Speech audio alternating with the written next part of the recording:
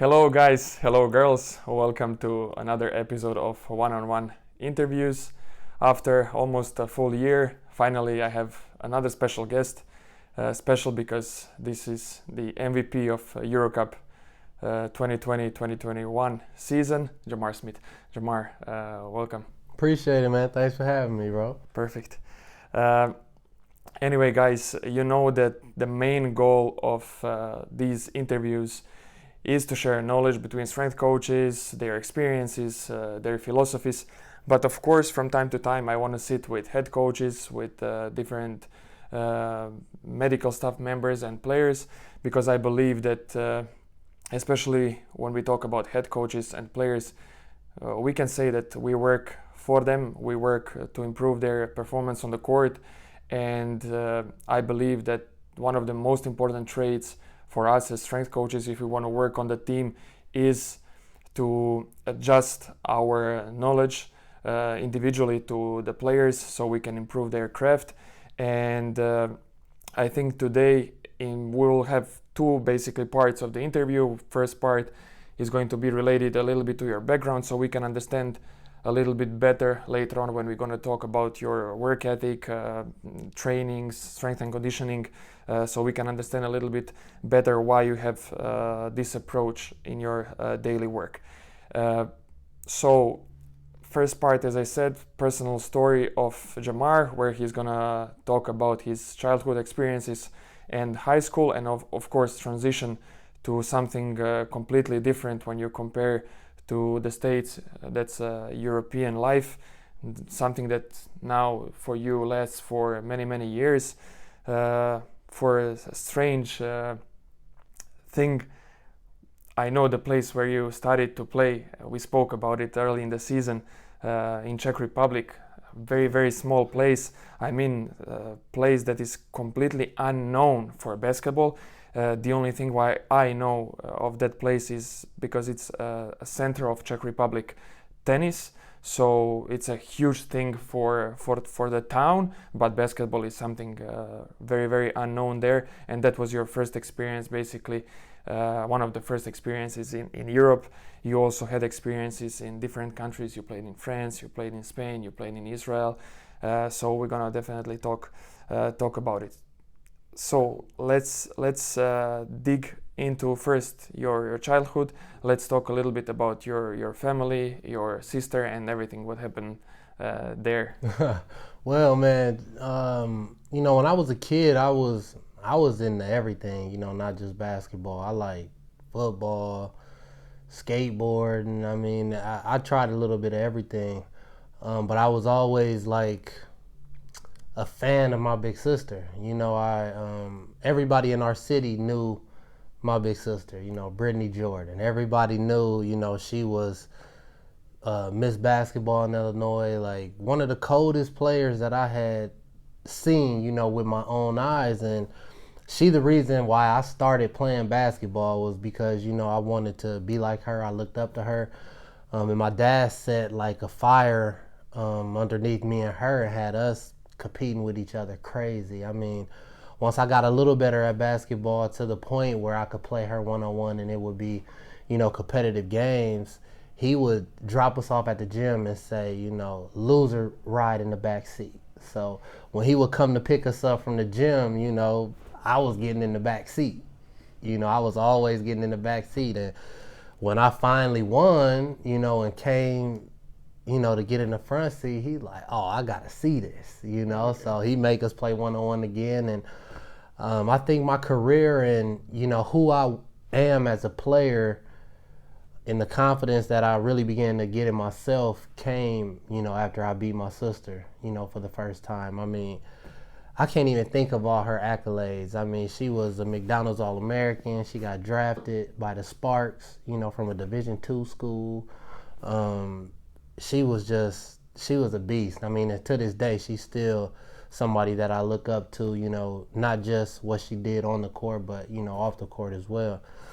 And my dad, man, he had us, going at each other, going at adults. We didn't really play with people our age unless we were playing open gym with our teams or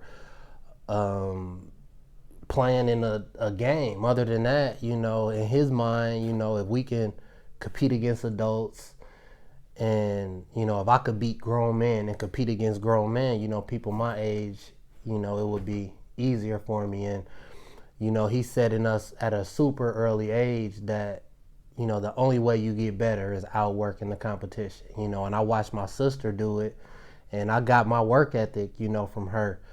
And I took it personal and I tried to just start outworking her. So I wasn't even focused on people, you know, in my class or, you know, some of my peers that I looked up to playing ball. I was just trying to outwork my sister. And I mean, she was putting 4 or 5 hours a day in at the gym, you know. So I'm like, I tell my dad, like, hey, man, we need to start going to the gym in the morning before school.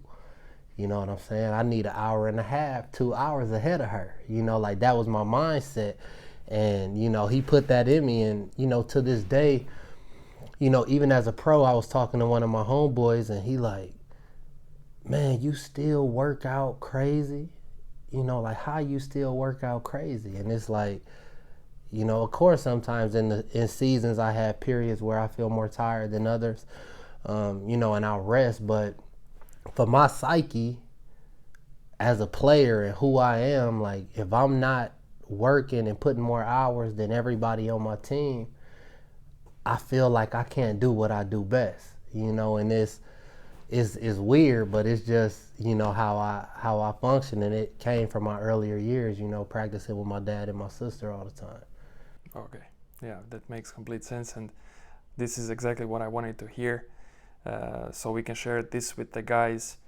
Sometimes depends on the level where you work, but on all of the levels you will stumble upon a guy whose work ethic is amazing, whose work ethic is something a little bit crazy, and sometimes you have to go, and as a strength coach you might say, okay man, this is, you know, you're wasting too much energy on these different things, you will not be able to perform.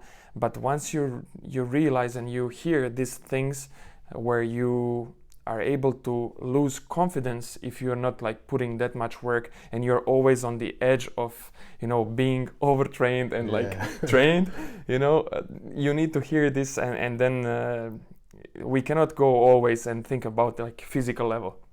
Because to perform at the highest level, especially you as a shooter, sometimes you push yourself to the very edge in order to keep this confidence and the physical level at the same time. So that's brilliant how you explain it. Let's go one step forward from this childhood and competitiveness against your sister to high school level, and of course the transition to college.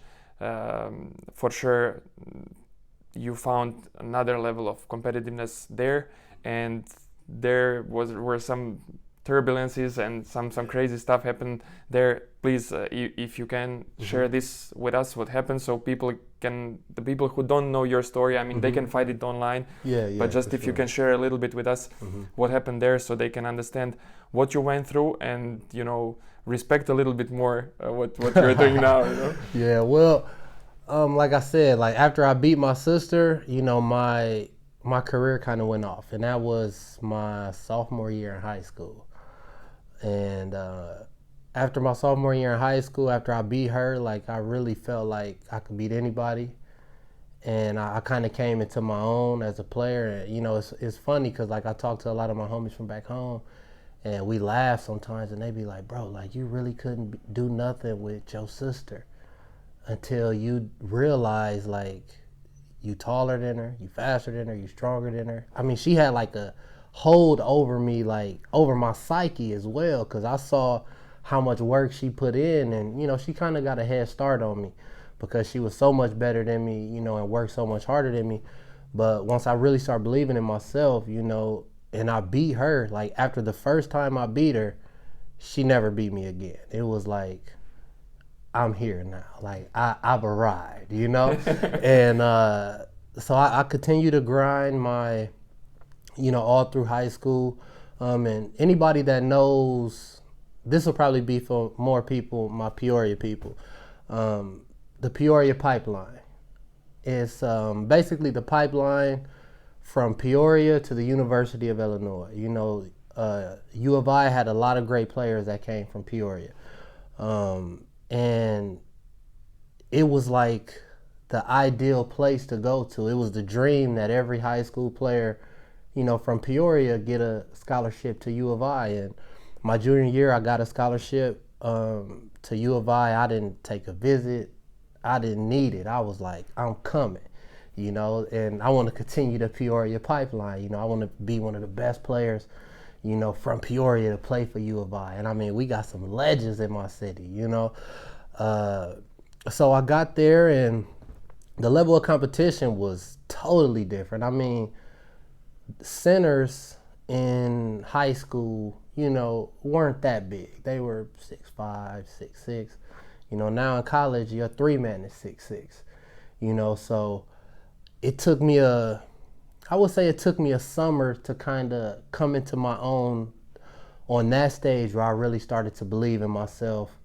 And me and my dad get into it all the time when he hear this, because he like, man, I can't believe you doubted yourself. Like, that summer going to U of I was really like nervous. I was like, man, am I really good enough to, go here and contribute as a freshman? I thought I was going to redshirt. And my dad gets so pissed at me every time I say that, because he like, man, I can't believe you, man. All the work we put in, and, you doubted yourself. But once I got there and started playing with these guys, I'm like, even as a freshman, it was open gyms that I, completely dominated. And I'm like, I belong here. Like, like this is what I do. Like, I'm going to contribute. I'm going to play. I'm not going to redshirt, how I believed. And, I played really well my freshman year, had a lot of success. And, but, everybody knows college, parties, like having fun, going out, drinking. It was like, and U of I was a top 5 party school. Like, my school was a top 5 party school at that time. And, when I went there, I have like people like my character, people like who I am. I'm a people person. I'm easy to get along with. I was always out having fun, and got caught up in the nightlife, but my thing was, because like some of the older players ahead of me, we would all go out, but at 6 a.m, we were still in the gym. Like, we were still putting the work in. Yeah, all in on both ends. And so my sophomore year, I got a DUI accident, and had to sit out that whole year. It was devastating for my family and for my friend's family who was with me during the accident. It kind of devastated for me as a person, because my grandfather's a pastor. I was raised around the church, and, doing the right thing and taking care of people. So to know that I hurt somebody, it was like, it was devastating to me. I was in a dark, super dark place. Like, I was depressed. I wasn't able to participate in practice with the team. I was like, doing individual workouts. But school, I'm still a student, I'm a player student. So I'm still going to class, and I'm sitting in class, and, I'm watching people read the paper, like, Jamar Smith, DUI, la, la, la, and I'm just like, damn, like, I screwed up, But I didn't all the way screw up until the following year. So summer goes by. I'm still partying. I'm on probation. I'm still going out, doing dumb stuff, man. Getting in fights, just doing totally things that are not me.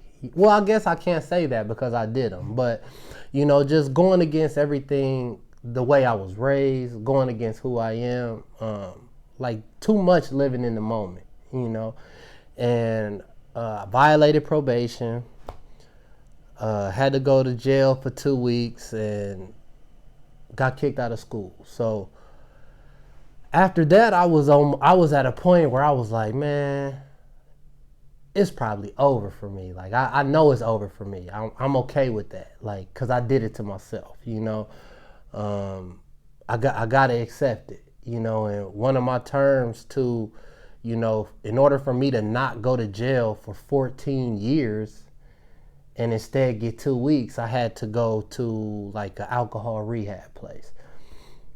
So, man, I'm in this rehab place for 30 days, man. Craziest thing I've ever. It was crazier in there than going to jail for 2 weeks. The jail, I rather had did jail for 3 months. You know what I'm saying? Like this was, it was crazy. And, that really hurt my confidence too, because it's like, I knew, I partied and I went out, but I mean, that's college life. You know what I mean? And I got caught. I made mistakes that got me in trouble, but I knew, I wasn't an alcoholic.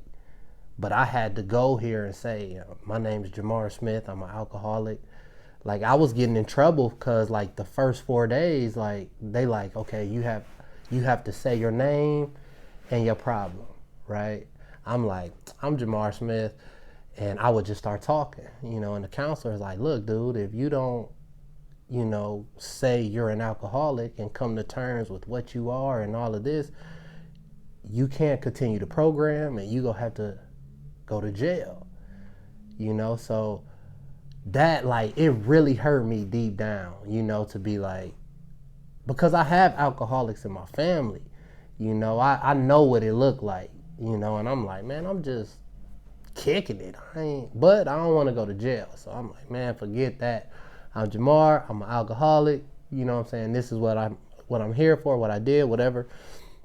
And our coach at U of I told me, I want you to continue here and, be a student, because I told him, like, I think I'm done with ball. Like, I just want to, focus on myself and get myself right, because I was in a super dark, depressed place. Like, I mean, to go from, being one of the best players out of Illinois to going to U of I and having, like, a really good freshman year to a DUI to jail and then, to a rehab facility and then jail. It's like, what am I doing with my life? You know what I'm saying?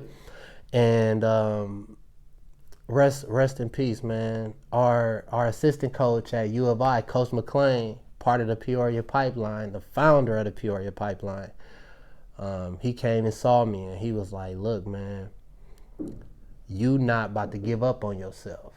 He was like, I didn't give up on you. Even after you got in trouble the second time, I stood in front of the dean and that sports administrator telling them, like, we can't let him go.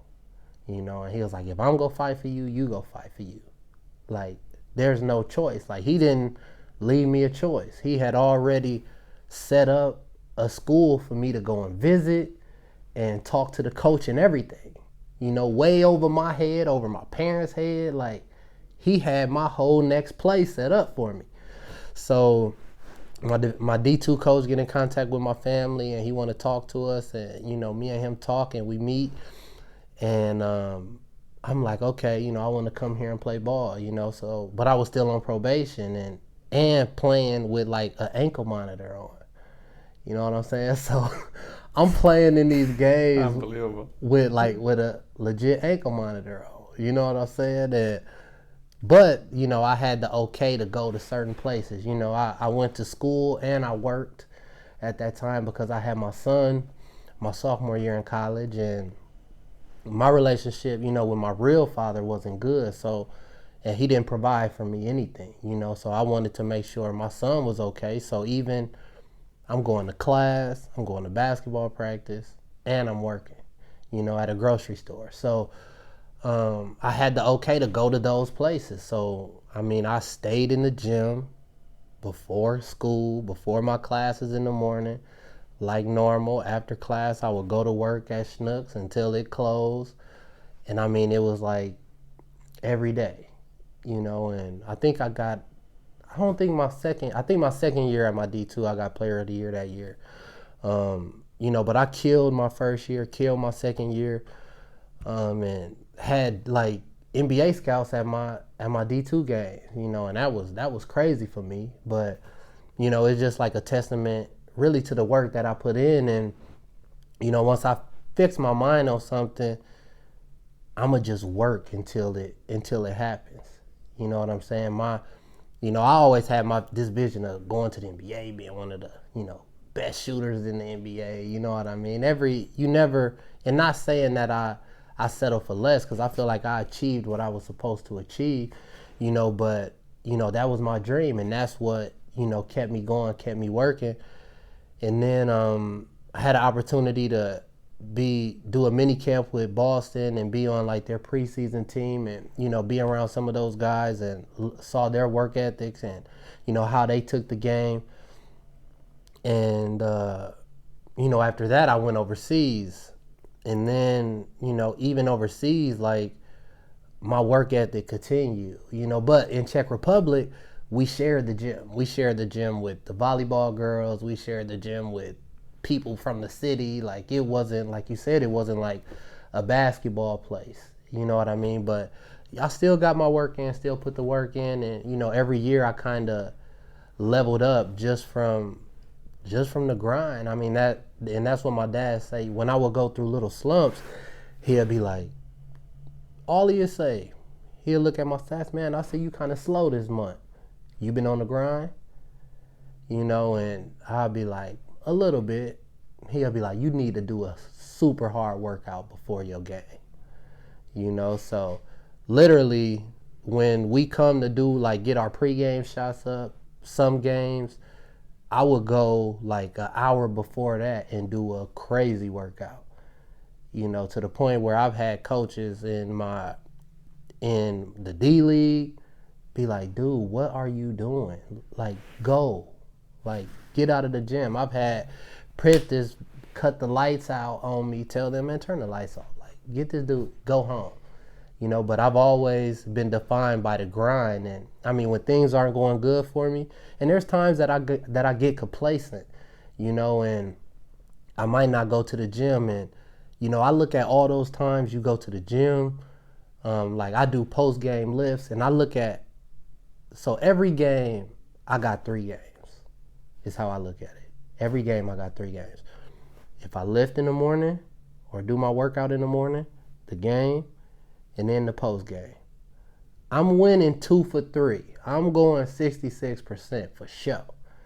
You know what I'm saying? And that's how I look at everything. I look at every workout as a battle, as a game, and the more games you win, the more prepared you are for battle. That's just kind of how I look at it mentally.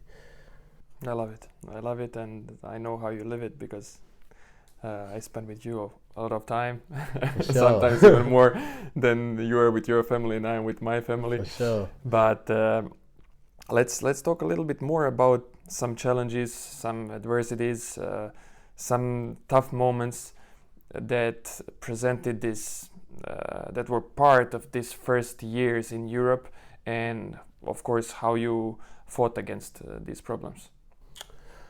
Oh, man. Just being in Europe, where I pretty much, would use GPS in the cars anywhere we had to go. I come to Czech Republic my first year, and, my car station wagon. I got a green station wagon, no GPS, and there wasn't Google Maps. I had to figure out how to get to practice, how to get home, how to get here, how to get there, the language barrier. But I mean, I'm a people person, and I'm always smiling. So the language barrier and, that comfort zone was never really an issue for me, because, every country I go to, I make an attempt, to learn some of the language, and, to at least be able to speak to people and greet people before I ask them, do you speak English? Mm-hmm. So that comfort zone part, I mean, I shattered pretty well. But, the pressure of, playing for pay. Some people who are fans of basketball, I don't think they understand, the pressure you have when it becomes a job and you're expected to perform. You know what I mean? Because we still have, we're still people. We experience loss. We experience fatigue. We get stressed. We get depressed. We have all the same feelings that other people have, but for these 2 hours, your coach don't give a damn about that. The management don't give a damn about that. All they care about is you performing. And I struggle with that a little bit because, oh man, my biggest struggle was traveling. It just made me laugh because I averaged maybe 4 turnovers a game off of straight traveling because the steps are totally different from Europe and the States. And my first year, I had never been on a team where the coach was just so unhappy with me that he didn't want to play me or talked about cutting me. But it was a period in Czech Republic where they were like, look, if you don't start playing better, we gonna have to cut you. You know what I'm saying?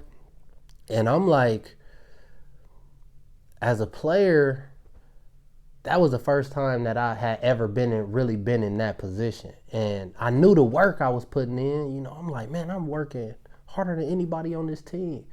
But it wasn't translating because I was working how I worked to play in the States. I realized like, okay, this is my weakness right now. When I catch the ball and dribble, I travel most of the time.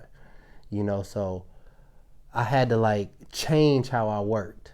Work more on European steps, work on, putting the ball down before I take the step. Because, jab and go in Europe, just these past 2 years, they stopped calling it so much. But before, as soon as you did that move, it was like, and that was like my go-to move, so I had to like almost like reconstruct my whole game, to be successful in Europe, and that was tough for me, but not so tough because it was a player named Trey Simmons that played for Nürnberg. I remember playing against him, and he was like, man, young fella, when you figure out the game over here and you slow down, you gonna be really good over here. And when he told me that, I was like, that's kind of when I said, okay, I need to practice to play over here. I gotta break down my whole workout routine and change it, to make it for Europe. And after I did that and slowed down and started studying the game more, because I come over here and our coach is naming players, watch Spanuli's step. I'm like, who is Spanuli's? You know what I'm saying?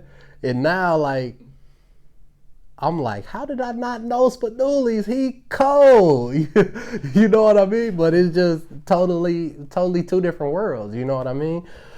And I learned how to study the game because before I didn't watch film. I looked at it like, man, I work harder than my opponent. I'm gonna bust his ass. You know what I mean? That's it. I didn't say, okay, I need to watch film, see how they defend. Do they hedge? Are they flat? Where is the help coming from? Is it the bottom guy? Is it weak side? Is it strong side? Like, so I could have passes prepared before the game. Like, I didn't do none of that. And then as I started talking to older players, because I've never been the person that won't take advice. If we doing the lift and you say, hey man, you do it this way, I'm gonna do it that way. Like, I always take advice. So when my older players would give me advice, and especially Trey, and me and him kind of built a relationship because I would see him sometimes, and we would talk and he would just tell me different stuff. I was like literally soaking up everything he was telling me on a level that he probably don't even realize I was soaking it up. Like, he like, yeah man, watch film. And I didn't say like, damn man, you watch film? I was just like, oh shit, like film, I don't never watch film. Let me start watching film. And then, literally everything opened up for me. And the older I got and the more that I played and the more that I learned about different players in Europe, I started studying, different guys and how they got to their spots and how they got their shots. And, And then my game and, you know, who I am as a player just kind of continued to elevate after that. Perfect.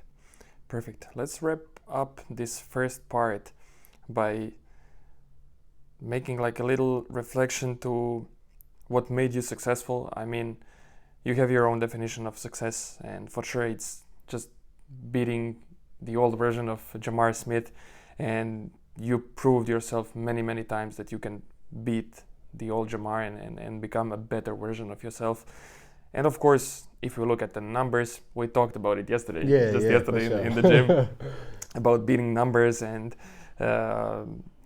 but for some people, you know, in order to become MVP, you have to beat numbers. You have to show up in the games. And many times, not only this season but in previous seasons, you made many game-winning shots. So this is another part of you being successful in what you're doing every day. So when you look back at everything what you do and what you did, what are the main things that make you successful? How would you analyze the traits, the qualities, the factors that made you successful and made you who you are? The first I would probably say is, I mean, of course, just grind.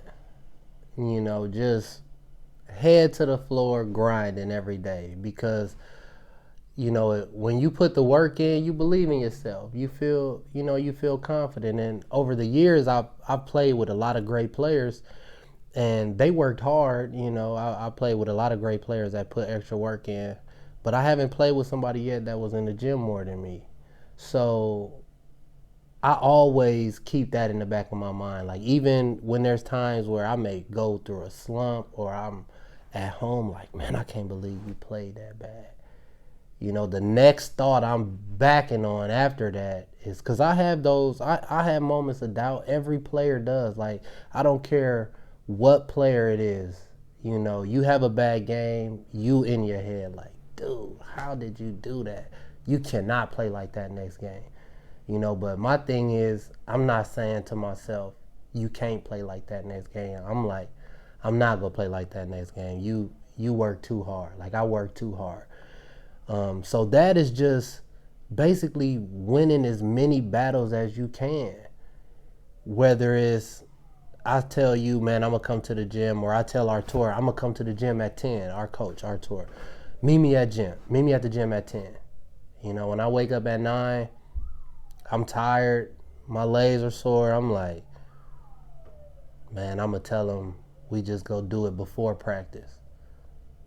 And as soon as you say this to yourself, you immediately put your shoes on. Yeah, I mean, I'm trying to win as many games as I can, and I feel like I look at my day and my workouts, whether if I stretch for 10 minutes every day, I look at all of that stuff like a game, you know, and I'm just trying to have a winning season every day. You know what I'm saying? If I don't do my extra lift, if I don't shoot, if I don't stretch, if I don't meditate, if I don't do my stuff, I'm losing those games. You know, and I just try to have winning days. So like I said, like, I had 2 games where I didn't do a post-game workout this year. And they were both in the Monaco series. You know what I'm saying? And I had to look myself in the mirror after that second one at home and be like, man, you waited all the way until now to lose 2 games on one day. You know, that was the first time all year I lost 2 games in one day. And I'm like, man, I waited all the way until now. So I told myself after that day, I said, okay, that it won't happen again. And I mean, that's it. You know, so any changes, you know, people want to make in their lives or outside of basketball, you know what I mean? Any changes you make, you know, if you just break it down to whatever it is you're trying to get better at, just look at it as a game and try to win as many as you can. So you have a winning season every day, man. I think you could get better at whatever it is you're doing, no matter how old you're getting too, you know? So you just gotta man, win as many games as you can a day. Like I said, I'm at least 33. I'm at least 66% a day in my games. So that's how I try to get to it. Awesome. I like it. Short break, and then we are coming back for the second part. Okay. Right on. Okay, guys. Water break, and we are coming back soon. Welcome back, guys, to another episode of one-on-one interviews today with Jamar Smith. Second part, as we said, we're gonna focus a little bit more on strength and conditioning and your training habits. Of course, in the first part, you explained already some of the most important things that you consider in your daily work. But let's touch a little bit strength and conditioning, and I would like to start to ask you and to hear your opinion on professional and social skills of strength coaches. You have the experience from the States. As we said, you played in many different countries in Europe. Maybe in all of them you had strength coach on the team. I think yes. Maybe not. No. Maybe not, because now when I'm thinking about the places where you played, maybe some of the places did not have. Started from the bottom, now we here. So just having the experience with so many different guys, and being Jamar Smith with crazy work ethic, can you tell us what do you consider as the most important traits, both professional and of course social, that one strength coach needs to have in order to work with the team, to work with you, to work with the guys like you? I think it's important to know, and to keep in mind that everybody is different, and not beat yourself up or, take it personal, like you're not doing something right for lazy people. You have guys that's, they just not gonna work out.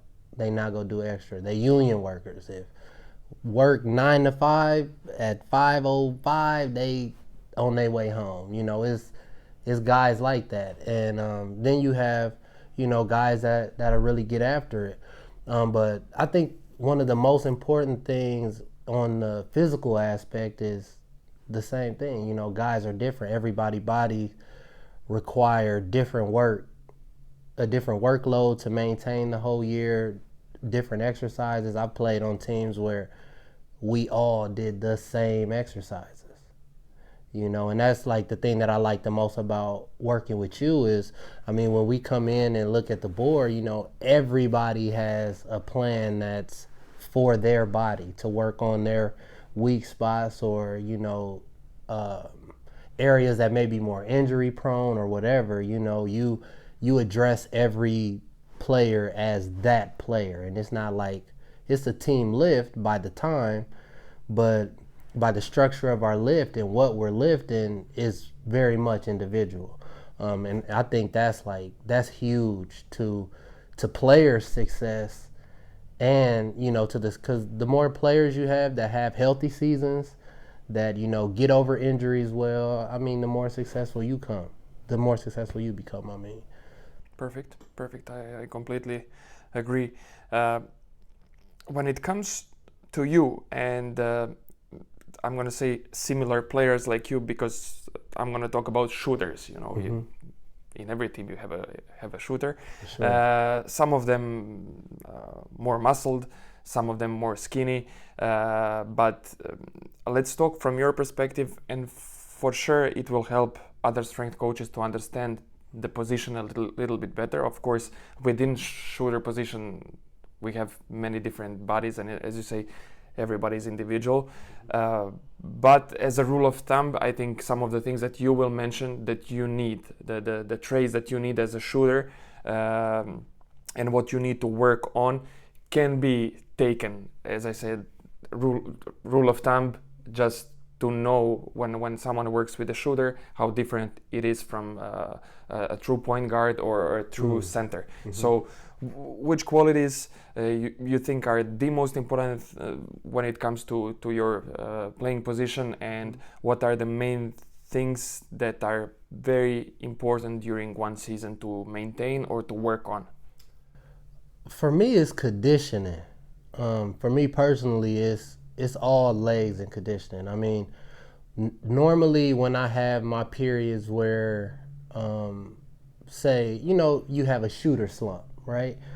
Normally in those periods, I'm just fatigued, and until I get over that, or I kind of catch my second wind of the season, my legs are just fried. But I kind of would ruin myself in that mode because I know I don't have legs, but I'm still gonna work out extra. I'm not.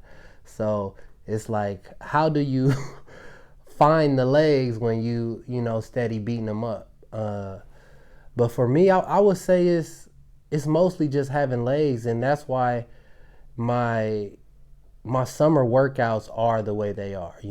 I work out. I'll do an individual basketball workout, and then I'll run 3.5 to 5 miles a day, because I feel like I had Googled one time, what's the average length that basketball players run in a game. And at that time, Luol Deng he averaged the most miles ran per game, and it was like 3 miles a game. So I was like, okay. And I mean, they play more minutes than us too. NBA play more minutes than us. So in my head, I'm like, all right, if I'm running 3.5 miles a day, 3.5 to 5 miles a day, I should be in great shape, and I won't have to worry about legs. And once I started doing that, I really do feel like my shooter slumps got shorter, and they were more technical than me just not having legs. So for me, legs is everything. And even with my lifts, I don't so much like to lift legs because I'm a jump shooter. I'm not like your catch and shoot stationary shooter. I jump many different ways. Sometimes my right in front of my left, sometimes my left in front of my right, side steps, back steps, all kind of ways, so I really have to have my legs underneath me. And I know when I do like certain lifts, even if it's not heavy, I know, okay, my glutes gonna be tight, my hamstrings gonna be tight. So with my all the leg workouts you have tailored for me, like it's smaller reps, smaller weights, but I mean, it's efficient for how I play and how my body operates. Mm-hmm, mm-hmm. Sometimes we go even isometrics against the wall, so we don't have the movement just to activate well. I mean, I understand completely what you're talking about, and I wanted to touch this conditioning, off-season conditioning thing, because many strength coaches are now going towards philosophy. Okay, we don't need the long runs out in the woods during summertime to maintain the conditioning and so on, but I mean, if you tell me that you don't want to run, especially if you had some problems with your knees or your ankles in the past, and so on, if you're a veteran player, okay, of course we can create your conditioning program that it will be based on interval training, sometimes running, sometimes cycling, sometimes whatever the mean is. But on the other hand, you have players like you. I don't know what percentage it is, and I think we will never know, but there is definitely a certain percentage of players that really want to run, even do these long runs, because they feel that it can make a huge impact on the upcoming season. So this is something that I wanted to share with that you share with the guys, so they know that there are guys. Maybe it's less than, definitely less percentage than the players who like to run less. Of course, for sure. I think it's 80-20. Maybe like 20% of the players would like to run longer and really put like effort in running long miles. All they gotta do is buy all the runner equipment, get you some short shorts, get you some cool glasses, you know what I'm saying, and get out there and get to it. But I didn't say part of another reason why I started running longer is because before I would just do 2 workouts a day, maybe some hill training, some sprints or something like that. But when you come back overseas for practice in that preseason is made to break you down. You know what I mean? It's made to break you down. And no matter how many workouts you did, sprints and stuff you did, your legs is gonna feel tired and heavy after about 2 weeks. And it's because the practices are way longer in the preseason than they are in the regular season. So I felt like, you know, if I run longer and condition my body to, you know, exert energy longer than just in a 45-minute workout where, you know, you, even in your individual workouts, you exerting energy, but it's on your moves. It's boom, boom, boom. You doing your moves hard. And then, you know, my trainer is like, you know, hard in your moves and, you know, walk back to the spot. I don't care, but in your moves hard. So I'm boom, boom, boom into my moves shot. Then I'm walking, you know. So most of my long conditioning that's going to prepare me for practice, so I'm not beat down in practice and have sore legs at the beginning of the year. I feel like it's from those longer runs. And once I started doing that in the summer, my body stopped being broke down during preseason. Like, I mean, I felt great during preseason, you know, and I'm watching everybody else dragging and complaining like, damn, man, we lifting every day and practicing 2.5 hours and, you know, and I'm just kind of like, man, I feel good, you know. But I'm not saying that, you know, but I'm just like, because I'm, you know, I'm one of the guys, so I'm like, yeah, man, it's tough, man, you know, we working hard, you know, but in my mind, I'm like, man, I feel great, and in my mind, I'm like, I got him. That's good. Know? That's good. Now you reminded me of one thing that is very common for strength coaches, especially young and not so experienced. And of course, I had this problem early in my career, that as strength coaches, we want to keep players always fresh, always ready. And if we hear that some player has like a week or 2 weeks being like down physically, like tired, we get super nervous. We get like, oh, what is happening? You know, I did my job bad. I mean, we are dealing with human beings, and it's so normal to expect that someone will get tired, and you never know if this tiredness will last for a couple of days, couple of weeks. You know, hopefully if it won't take too long, like a month. If something lasts for a month, sure, you know, it's a signal to you know, really analyze what we did and what is wrong with the player. But I think the most important thing, and you reminded me of this because we had certain moments this season with you where you would show up, you would still continue to work, you know, there is no question about it, but there would be days like 2 or 3 days in a row where you would feel like crap. You say my legs are horrible, but you would never say it in a way where you would make me nervous or where we would need to discuss a little bit more about it, you know. I knew, you know, that you have everything under control. First of all, you as a player and you as owner of your own body. Yeah, for sure. And then, you know, I realized that also from my experience, if I don't react first day when the player comes and says, oh man, I feel like crap, you know, now we have JB who played 39 minutes yesterday, you know, and this morning I saw him in the elevator, we were coming down for breakfast. Man, he looked like, you know, he was in a car accident, you know. And then for me, like from my point of view, you know, I can be like a real strength coach, and I would be, you know, just I could start asking questions like, come on, man, okay, eat your breakfast, eat this and that, and then I'll see you in 30 minutes. Let me help you. Let me stretch you. Tell coach like, hey, coach, maybe you need to, you know, nah. We just left. You know, he left to breakfast room. I left to the lobby with my laptop. 2 or 3 hours after, I saw him at lunch. He already walked a little bit better. You know, he was making jokes with you. I guess now when he comes for a snack, he's gonna be completely different. And of course, in the evening, I can offer him certain things. We can push him to do the Normatec or whatever. Try. We will try.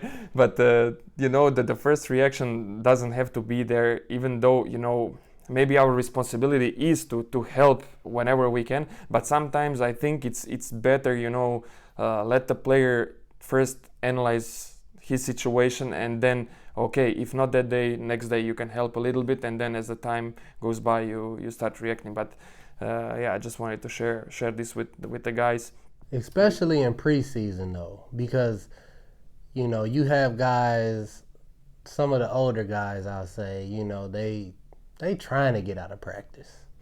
You know what I mean? Like, oh man, I got a tight hamstring today. Yeah, you didn't do shit all summer.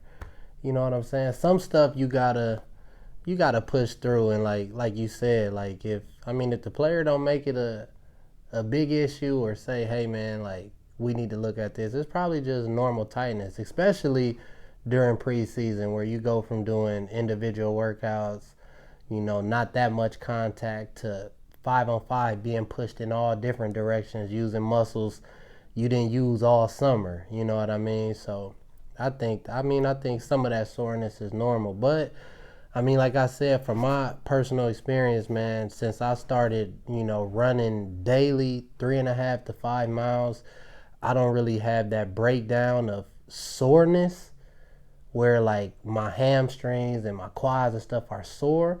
My legs may feel heavy just from being, tired, but, the soreness has, running like long distance for me really helped my soreness. And maybe it's mental, but for me, it's not. For me, it's something that, since I started doing it 3 years ago, it's, every summer, so. Yeah, and then we are talking about you started doing this at the age of 30. It's not like you started to do it at the age of 23 when you're still young, Man, young legs. I wish. So you can, but you can say, you can cope with it, easy. It's young body, it's not young body anymore, so it's, if you made this step forward, it means that you really know your body well, and as you say, you also feel mentally secured, that it's something that can really impact your game. So yeah, for I sure. think that's the most important thing. Always, whenever you put the work in, positive mentality has to follow, and then these two things, when they blend together, it's a perfect combo. For sure. And when you get older, man, you gotta add some recovery in there too. I work hard, but I'm very vigilant on my body. Like I stretch multiple times a day. I'm rolling out multiple times a day. Normatec or game ready every day. Like even if nothing is sore or my legs don't feel fine, I'm big on recovery, and that happened in these, in my older years, because when I was young, I ain't even stretch. You can ask Reagan, I wasn't even stretching. I'm coming in the gym, picking up a ball like doop, doop, throw it off the backboard, boom, shoot, ready to play 5-on-5. And now it's like, man, if I don't stretch now, my body feel it, because I started, just being more vigilant, with my body, and it's been paying off, man. Perfect. Let's finish this interview with one thing that you mentioned in the first part, but let's focus a little bit more on the real application of it, the post-game workout routine that you have. Why are you doing it the way that you are doing it? And just give us a couple of explanations behind it. So I can go home with a win, no matter what. If we win the game and I play bad, I'm going to get a good lift in. I'm going home on a good note. Like I said, when you trying to, be a master something or get better at something, you have to get wins every day, and every game, every home game, or if the hotel got a weight room and it's open, if I can get in after the game, I'm going to get in there to, end my game with a bang. Like to me, that's the game winner. You know what I'm saying? And around my psyche, and when I don't do that, it haunt me. I didn't do it 2 times, and every day I think about that. Like, man, why did you wait all the way until then to not do it? And it's almost like it got a hold on me to where I feel like if I don't do it, the next game I play I'm not gonna be able to play at my potential. You know what I mean? So it's the game winner, man. You gotta hit game winners, and I hit game winners. That's where it started. Perfect. Okay, last thing in this interview, some 5 rapid fire questions. Mm-hmm. First of all, who is your favorite NBA player? My favorite NBA player right now or ever? Ever. My favorite NBA player ever. Man, I would have to say young Ray Allen. I would have to say a young Ray Allen. Okay, I like it. That makes sense. Okay, based on your teammates, mm-hmm. and of course you can put yourself inside of your favorite starting 5 mm-hmm. from different teams. Who would it be? 4 or 5 players. You can include yourself, or you can put someone else on the shooter position. I'm a selfless guy, so I'll put somebody else on the shooter position. I'm gonna say Pooh Jeter at the 1. Where did you play with him? In Limoges. Okay. I'm gonna put Pooh on the 1, Isaiah on the 2.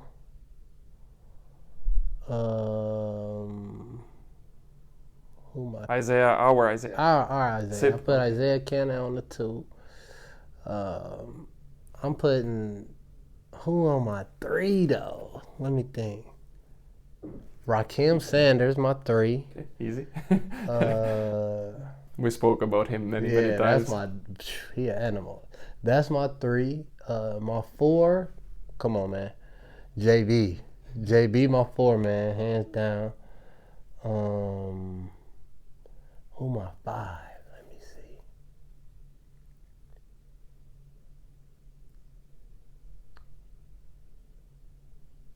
I'm gonna take Raymar Morgan on my 5.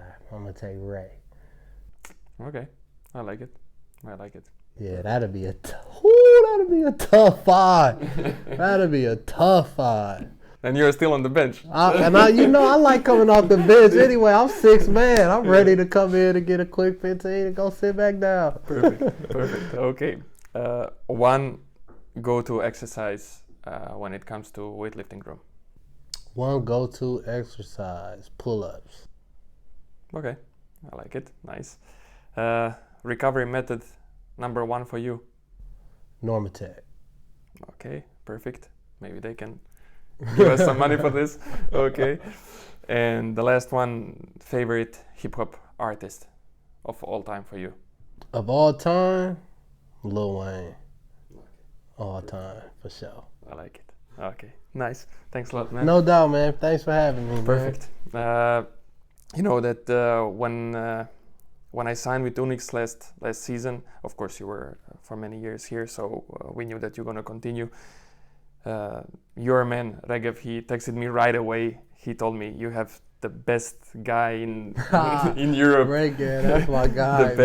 The best guy you will have on the squad. You will enjoy working with him, and definitely it took me a couple of days to see really who you are, and throughout the season, now we are already at the end of the season. You didn't let me down even once. We had a couple of 6 a.m. workouts before travel, and breakfast club, and I still really enjoy very, very much, working with you and being on this team, because I think it's a special team. We've it's not an easy season. Many guys are without their families. We were lucky that we could bring our families to Kazan and have this part of our life, covered. It's not an easy season, but we managed to fight well. We reached the finals of Euro Cup. We qualified the club for EuroLeague next season, and now in front of us we have the semi-final series in VTB League. Hopefully we will reach the finals.